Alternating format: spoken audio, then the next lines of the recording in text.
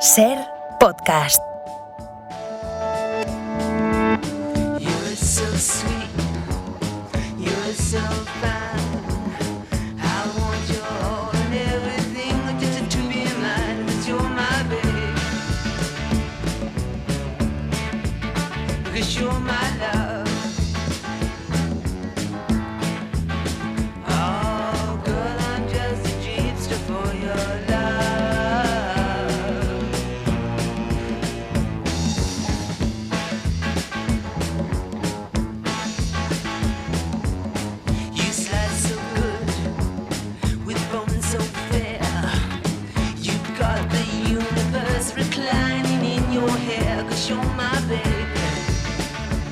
A lo largo de estas 9 temporadas de Sofá Sonoro siempre nos ha acompañado Lucía Taboada con sus reportajes, algunos de historias de bandas, otros de inicios de carreras y de forma más habitual sobre los años en los que se editaban los discos que tratamos en el programa.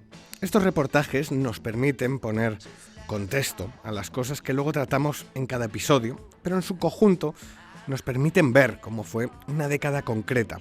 El curso pasado juntamos todos los reportajes de los años 60 y en este episodio vamos a hacer lo propio con la década siguiente.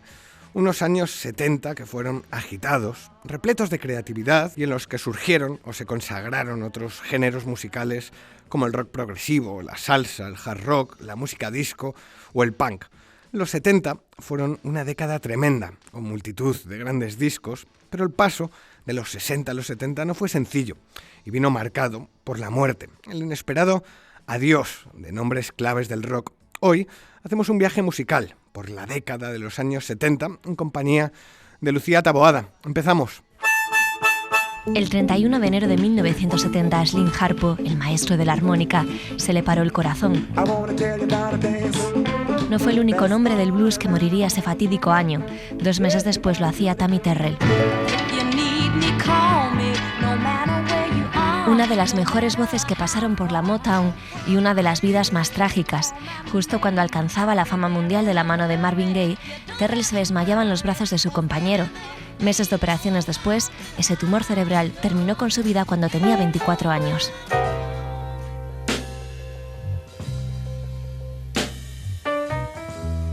Solo un mes después, Otis Spann, el para muchos mejor pianista de blues urbano de Chicago, el genio de la banda de Muddy Waters, moría de cáncer de hígado. Su tumba estuvo sin marcar durante casi 30 años. Hoy dice, Otis tocó el blues más profundo que jamás hayamos escuchado. Ladies and gentlemen, the Reno Hilton proudly presents America's premier boogie and blues band, Canned Heat. La muerte persiguió al blues, pero también al rock, con muertes como la de Alan Wilson, cabeza de la banda Canned Heat. Solo un año después de su aparición en Woodstock, justo cuando tenían previsto partir para una gira europea, Wilson fue encontrado muerto en un saco de dormir. Tenía 27 años. Causa oficial de la muerte, una intoxicación accidental aguda con barbitúricos. También con 27 años, The acid rock musician died today in a London hospital, apparently from an overdose of drugs. fue encontrado sin vida en un hotel londinense Jimi Hendrix. Un equipo de médicos intentó reanimar al músico, pero no pudo hacer nada. Causa oficial de la muerte, asfixia provocada por su propio vómito después de una intoxicación de pastillas y alcohol.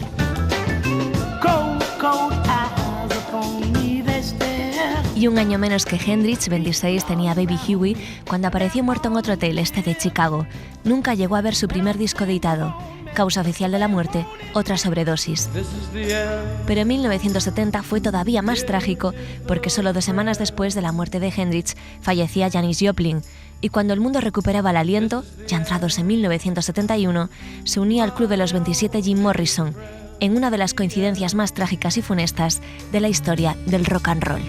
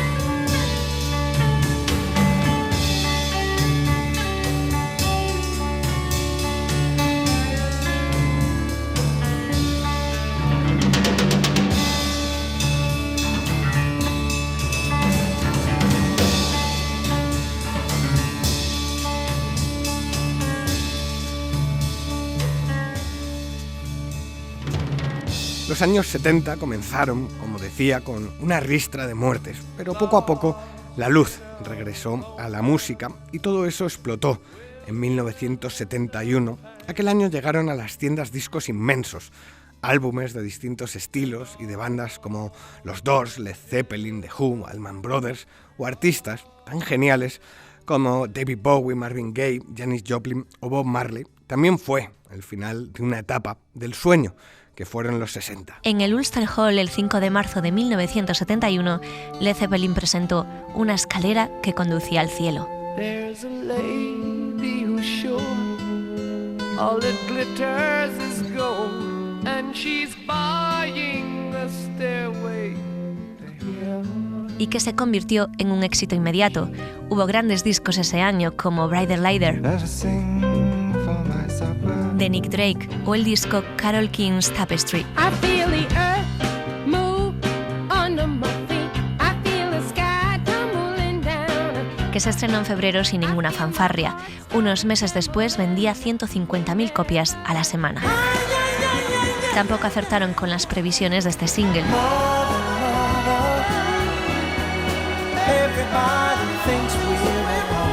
What's Going On de Marvin Gaye. El jefe de Motown, Berry Gordy, lo llamó la peor mierda que he escuchado. Vendió millones.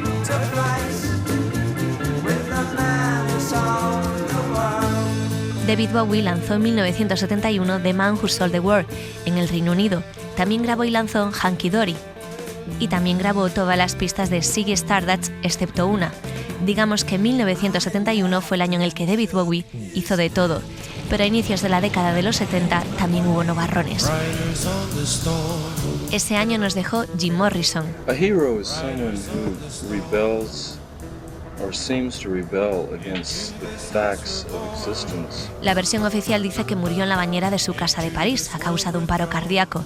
Versiones extraoficiales hay muchas. Unos meses más tarde, sobre un escenario en Suiza, un seguidor lanzaba un artefacto pirotécnico en pleno concierto de Frank Zappa, incendiando todo el escenario. Deep Purple lo veía desde la habitación de su hotel y de ahí nació la letra de una de las canciones más célebres de la historia, Smoke on the Water.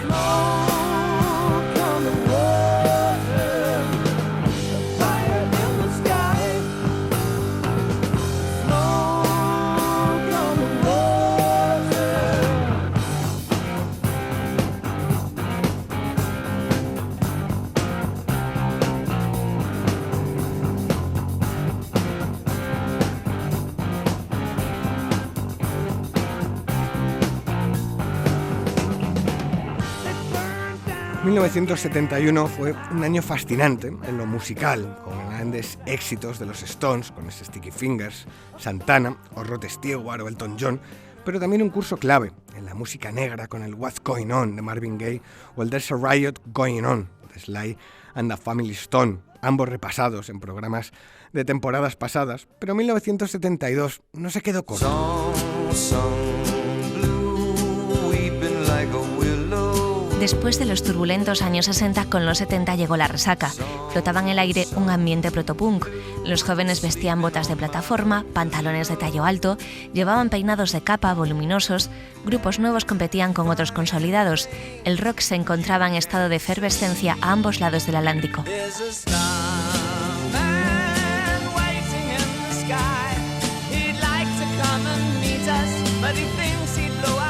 Muchos de esos jóvenes hicieron ese año con The Rise and the Fall of Ziggy Stardust and the Spiders from Mars, donde la transformación de Bowie se consolidó.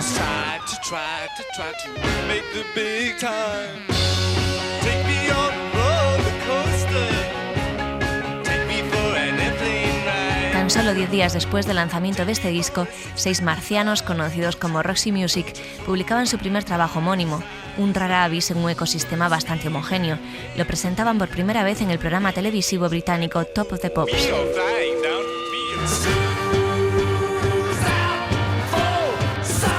Fue un año de himnos como el de Alice Cooper, School's Out, que inmediatamente conectó con todos los adolescentes de Estados Unidos. No tenemos clase y no tenemos principios y no tenemos inocencia, no podemos siquiera pensar en una palabra que rime.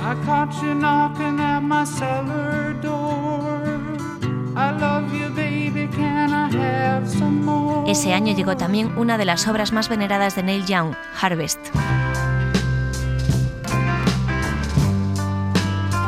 Pero sobre todo fue el año cumbre para los Rolling, que tras la publicación de Exile on Main Street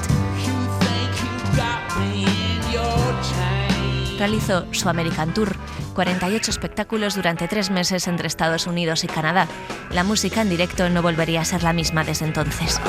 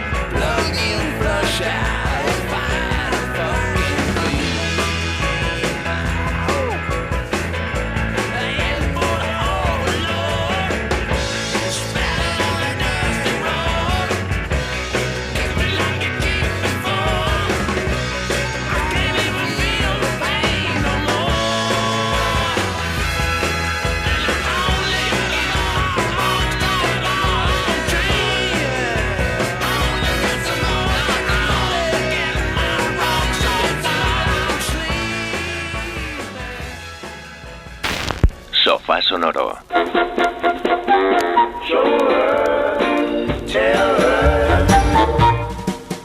Cadena SER. 1973 fue el año en el que el mundo se quedó seco, sin una gota de gasolina. Después de que la Organización de Países Árabes Exportadores de Petróleo decidiera no vender ni exportar a las naciones que habían apoyado a Israel durante la guerra de Yom Kippur. El precio del petróleo llegó a cuadriplicarse de octubre a diciembre. El oro negro se empezó a utilizar también como un arma.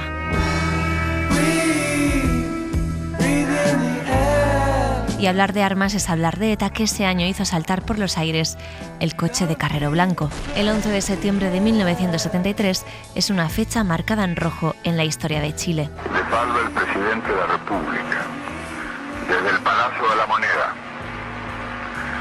Informaciones confirmadas señalan que un sector de la marinería había aislado Valparaíso.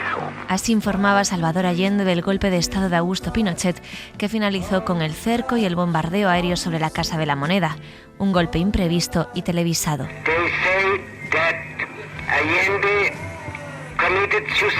Según la investigación, Salvador Allende se sentó en el sofá, colocó el fusil que portaba entre sus piernas y, apoyándolo en su mentón, lo accionó, falleciendo de forma instantánea.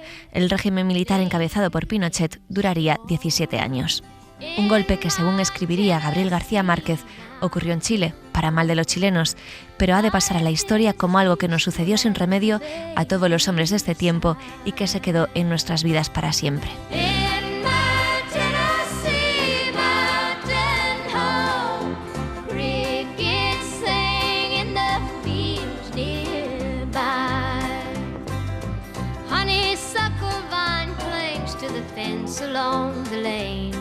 Their fragrance makes the summer wind so sweet. 1973 conecta con el mundo actual, con esa crisis energética que volvemos a vivir tantos años después. Pero aquel fue también el año en el que Pink Floyd viajó al lado oscuro de la luna, o en el que los Who editaron su Quadrophenia. El año del disco maldito de Lou Reed, ese Berlín tan fascinante, o en el que los Stooges de Iggy Pop sembraron las semillas del punk con su Raw Power. Pero 1973 todavía vivía coletazos de la década anterior. Aquel verano 600.000 personas se juntaron en un pueblo de Nueva York para ver a The Allman Brothers, a los Grateful Dead y a The Band. Aunque ya se veía como algo lejano, el mundo de 1974 ya poco tenía que ver con el idealismo de la década anterior. Oh, very young, what will you leave us this time? Good evening. This is the 37th time I have spoken to you from this office, where so many decisions have been made that shape the history of this nation. La noche del 8 de agosto de 1974, Richard Nixon anunciaba así su dimisión como presidente de Estados Unidos. El 18 de junio, el periódico Washington Post abría titulando que 5 hombres, uno de los cuales afirma ser un antiguo empleado de la CIA, fueron detenidos ayer sábado a las 2:30 de la madrugada cuando intentaban llevar a cabo lo que las autoridades han descrito como un plan elaborado para espiar las oficinas del Comité Nacional del Partido Demócrata en Washington. No entiendo cómo es posible que un cheque de $25.000 firmado por el señor Dalbert y que en apariencia envió al comité de reelección haya acabado en la cuenta de uno de los asaltantes de Watergate. Pues yo tampoco lo entiendo. Arrancaba así el caso Watergate, el inicio del escándalo que finiquitaría con la presidencia de Nixon, la primera dimisión de un presidente en la historia del país. So imagine if Lucy was here with us right now. What would she look like? Well, she'd be short. Unos meses más tarde, en noviembre de 1974, un equipo de investigadores estaba excavando un lugar remoto de la región de Afar, en Etiopía, cuando descubrió un trozo del hueso de un codo. Ese hallazgo representó un hito sin igual porque los sedimentos de la zona tenían 3 millones de años de antigüedad. Ahí estaba Lucy, una mujer de 20 años de la especie Australopithecus afarensis, el primer homínido que caminó erguido. Se le llamó Lucy porque en el momento del descubrimiento, el paleontólogo Donald Johansson estaba escuchando en su cassette esta canción. A 2.500 kilómetros de esa excavación, en Zaire, 100.000 personas se reunieron para ver al invicto campeón mundial de peso pesado George Foreman enfrentarse a Muhammad Ali. Ali venció por noqueo en el 8º asalto. Para muchos fue el mejor combate de la historia.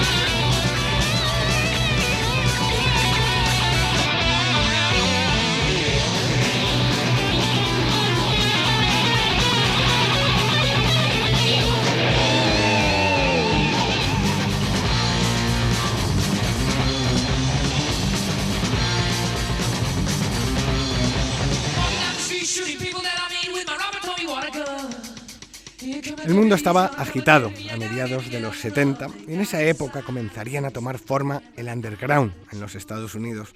1975 volvió a alumbrar una magnífica cosecha de discos. A mediados de la década de los 70, el rock iba en muchas direcciones. Se sugerían, por ejemplo, los primeros movimientos de la revolución punk, con el disco debut de Patti Smith, Horses. El álbum comenzaba con una devastadora primera línea. Jesús murió por los pecados de alguien, pero no por los míos. Jesus died for somebody's sins, but not mine. Mientras en la radio convencional seguían sonando artistas consagrados como Paul Simon y su Still Crazy After All These Years. I met my old lover on the street last night. O David Bowie con su Young Americans. O Pink Floyd, que lanzaba en 1975 su conceptual Wish You Were Here.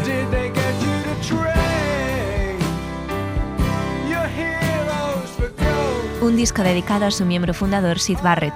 También con dedicatoria salió publicado en 1975 el álbum Tonight's the Night de Neil Young.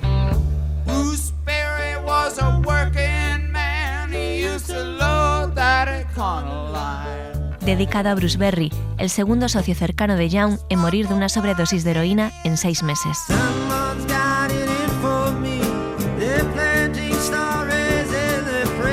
Otra situación traumática, la ruptura de su matrimonio, llevó en 1975 a Bob Dylan a un viaje de regreso a su punto fuerte, la base acústica, con Blood on the Tracks, quizá la mejor música de su carrera.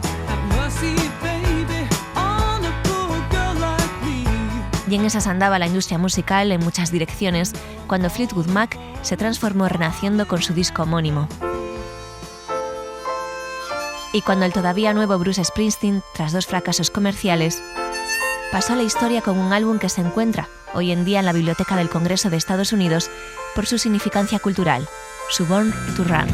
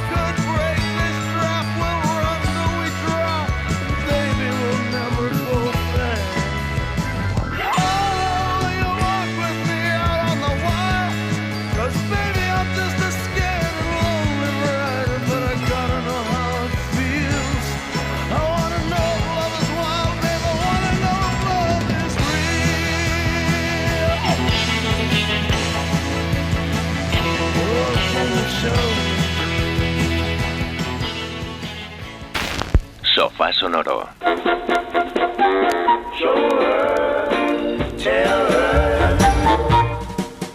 Cadena Ser. 6 años después de su separación, a los Beatles les llegó en 1976 la oferta de trabajo más generosa de la historia de la música. El promotor Sid Bernstein publicó una página en The New York Times pidiendo un último concierto por $30 millones. Los 4 lo rechazaron. Mientras esto pasaba, otros 2 genios que cambiarían para siempre el mundo se reunían en un garaje para fundar su primera empresa. Eran Steve Jobs y Stephen Wozniak. El 1 de abril de 1976 nacía la Apple Computer Company. Teclada esta otra fecha para la historia. El 24 de marzo de 1976, la Junta de Comandantes en Jefe, liderada por el general Jorge Rafael Videla, tomó el poder en Argentina. La represión más sangrienta no tardaría ni un día en llegar. Solo unos meses después, en septiembre, varios estudiantes que luchaban por implementar el boleto estudiantil gratuito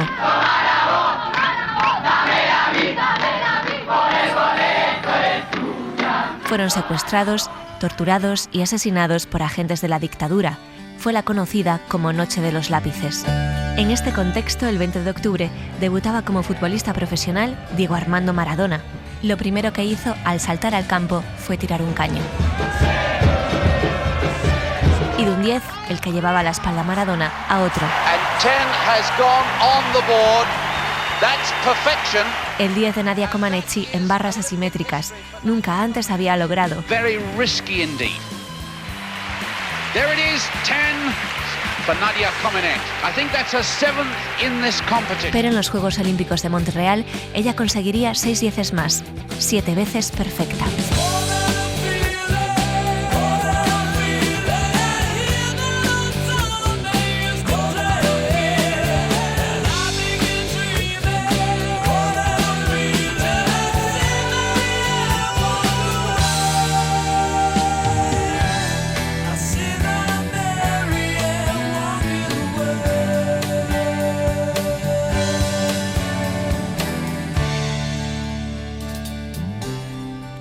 El avance de los años 70 fue convirtiendo el mundo en otro muy diferente. 1977 fue otro año clave, con eventos que marcarían el devenir de los años posteriores, tanto en Estados Unidos como en Reino Unido.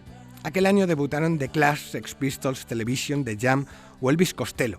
Pocos años han coincidido tantos primeros pasos tan importantes en la música, aunque los triunfadores de aquel curso fueron Fleetwood Mac, que reventaron la música con la edición de Rumours, mientras David Bowie daba forma a su trilogía berlinesa. En 1977, Nueva York todavía se tambaleaba por el impacto de los fuertes recortes de los años anteriores, y en ese contexto, el 13 de julio de 1977, la ciudad se sumió en la más absoluta oscuridad. Una tormenta unida a una red eléctrica deficiente dejó a Nueva York sin luz durante 25 horas. El horizonte de la ciudad se convirtió en una silueta. Durante esas 25 horas, más de 1.600 tiendas fueron asaltadas. En algunas partes de la ciudad también se incendiaron edificios. The situation here in Brownsville was described as anarchy, war, rioting. It was terrible. I could see from my window there everybody looting, taking furniture, everything. Cuando finalmente llegó la luz de la mañana, se reveló una nueva ciudad, una zona de guerra llena de vidrios rotos y calles llenas de escombros. Hubo 3.800 detenidos.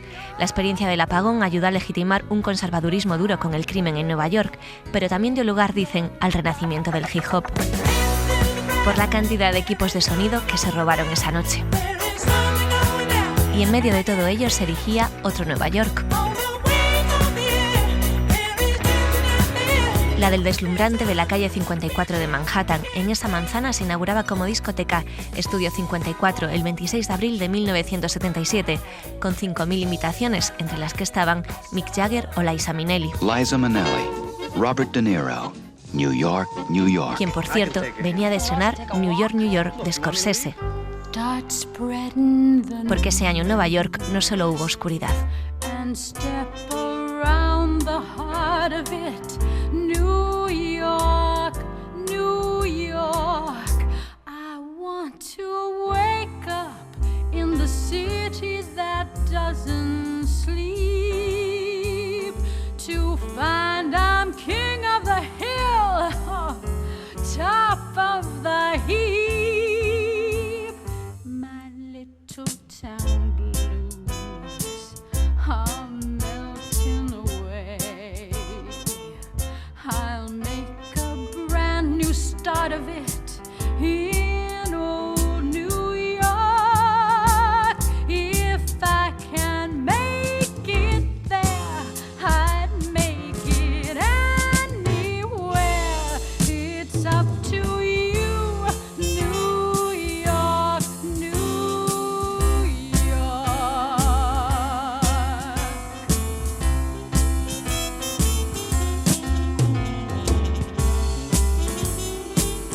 New York, New York, I want to wake up in the city that doesn't sleep, to find I'm king of the hill, head of the list, cream of the crop, at the top of the heap. My little town blues are melting away. I'll make Comenzaba 1978 y la NASA hablaba al fin en femenino, presentando a su primer grupo de mujeres astronautas. Otra mujer, la exploradora japonesa Naomi Omura, se convertía ese año en la primera persona en llegar al Polo Norte en una expedición en solitario. Lo hizo en mayo, en el preámbulo de un verano que tuvo 33 papas. ¡Habemos papam! El humo blanco salió de la chimenea de la Capilla Sixtina a las 7:20 del 26 de agosto de 1978, indicando que había nuevo papa, Juan Pablo I. Sucedía a Pablo VI, que había muerto el 6 de agosto durante sus vacaciones en Castel Gandolfo. Pero Juan Pablo I también moriría solo 33 días después de su proclamación. Su sucesor, Juan Pablo II, sería papa durante 26 años. En España finalizaba el año con la aprobación de la nueva Constitución y culminaba así uno de los pasos decisivos en la transición. Al sancionar la Constitución y mandar a todos que la cumplan, expreso ante el pueblo español, titular de la soberanía nacional, mi decidida voluntad de acatarla y servirla. La noticia compartió papel en los periódicos estadounidenses con una tira que nació también ese año. En 1978 se comenzó a publicar el Garfield de Gene Davis. Al principio se parecía a un gato real, pero con el paso de los meses empezó a caminar erguido. Garfield caminaba a 2 patas, era sarcástico, odiaba los lunes, amaba la comida, detestaba las dietas y bebía café. ¡Odio los lunes! ¡A muerte! En 1978 nacía, por tanto, el gato que mejor nos ha representado a los seres humanos.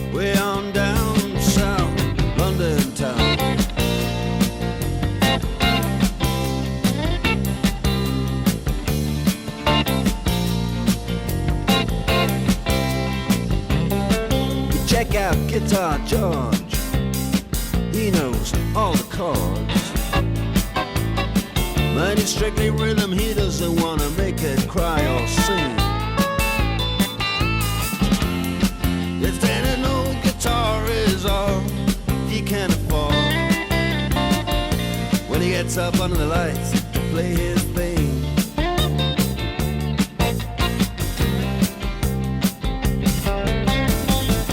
And Harry doesn't mind if he doesn't make the scene. He's got a daytime job, he's doing alright. He can play the honky-tonk like anything, saving it up Friday night with the Sultans, with the Sultans of Swing.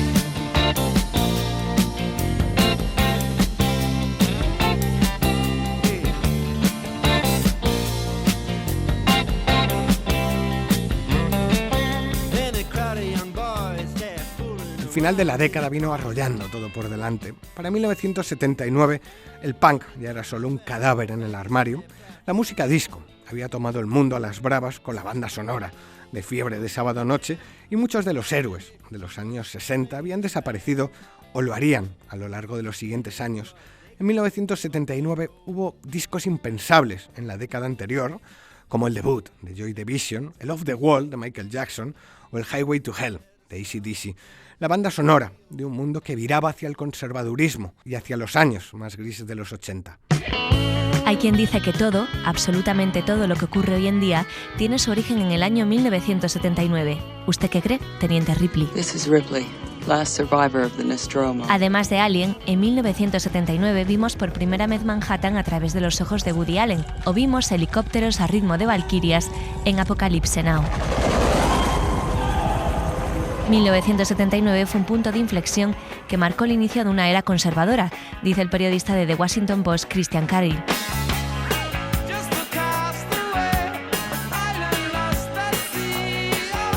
En Reino Unido subió al poder Margaret Thatcher. I know full well the responsibilities that await me as I enter the door of number 10. En Estados Unidos nació Mayoría Moral, una organización política que rechazaba el aborto, la homosexualidad y defendía el patriotismo. I welcome you, Mr. Vice Premier, to the United States of America. O Deng Xiaoping puso a China en una nueva era económica al visitar por primera vez Estados Unidos.